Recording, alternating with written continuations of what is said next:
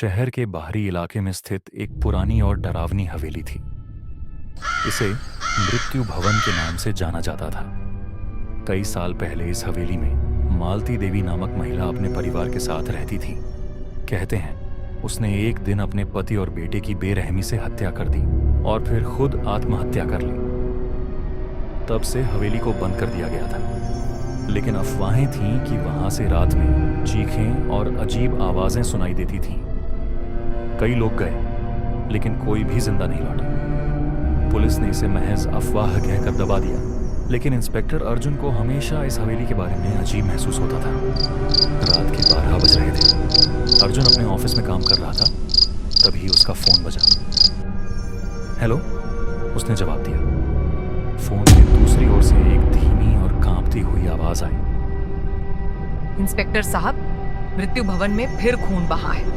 अगर आप नहीं आए तो और लाशें गिरेंगी। अर्जुन ने तुरंत अपनी टीम को इकट्ठा किया और उस बदनाम हवेली की ओर निकल पड़ा। हवेली के गेट पर पहुंचते ही अर्जुन और उसकी टीम को एक अजीब सी ठंडी हवा ने घेर लिया। हवेली के अंदर घुसते ही फर्श पर खून के धब्बे और टूटे हुए फर्नीचर दिखे। दीवारों पर खरोंच के गहरे निशान थे, जैसे किसी ने जान बचाने की कोशिश की हो। हवेली के बीचों बीच एक पुरानी लकड़ी की कुर्सी पर एक गुड़िया रखी थी। उसकी आंखें ऐसे चमक रही थीं जैसे वह टीम के हर कदम को देख रही हो।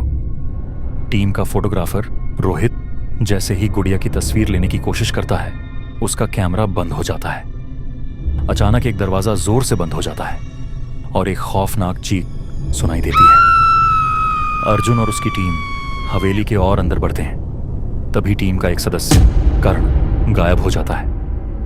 अर्जुन उसे ढूंढने की कोशिश करता है, लेकिन तभी कर्ण की चीखें सुनाई देती हैं। अर्जुन जब उस दिशा में दौड़ता है तो उसे कर्ण तहखाने के पास बेहोश मिलता है।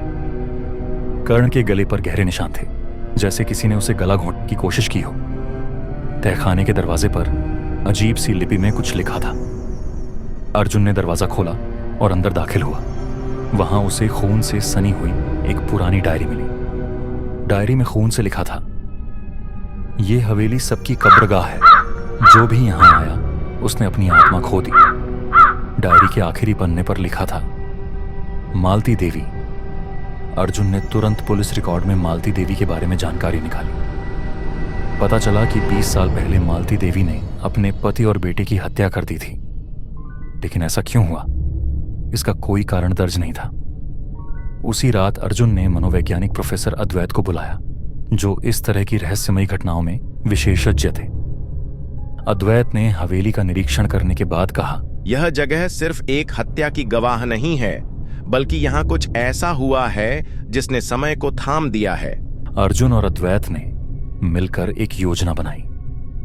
अद्वैत ने कहा कि अगर मालती देवी की आत्मा को शांति नहीं मिली तो वह और भी ज्यादा खतरनाक हो जाएगी। उन्होंने एक पंडित को बुलाया और हवेली में हवन करने की तैयारी की।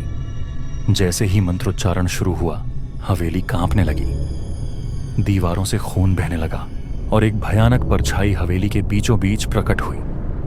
वह परछाई मालती देवी की थी। उसने जोर से चिल्लाते हुए कहा, तुम लोग मुझे यहाँ से नहीं हटा सकते। ये मेरी जगह है और यहाँ जो भी आएगा वह मरेगा। पंडित ने मंत्रोच्चारण जारी रखा। परछाई ने अर्जुन पर हमला करने की कोशिश की, लेकिन अर्जुन ने हिम्मत नहीं हारी। उसने अपनी पिस्तौल से उस गुड़िया को गोली मारी, जिसके अंदर आत्मा कैद थी। जैसे ही गुड़िया टूटी, हवेली की दीवारें फटने लगीं। हवेली अब शांत थी। अद्वैत ने अर्जुन से कहा, आत्मा को भले ही रोक दिया गया हो, लेकिन यह खेल यहीं खत्म नहीं हुआ। कुछ दिनों बाद अर्जुन को फिर से एक गुमनाम कॉल आई। इस बार आवाज और भी डरावनी थी। तुमने सोचा कि यह खत्म हो गया? यह तो बस शुरुआत थी। असली खेल अब शुरू होगा। अर्जुन समझ गया कि मृत्यु भवन का रहस्य अभी भी अधूरा है। क्या अर्जुन इस रहस्य को सुलझा पाएगा? क्या वह हवेली के पीछे की असली सच्चाई जान पाएगा?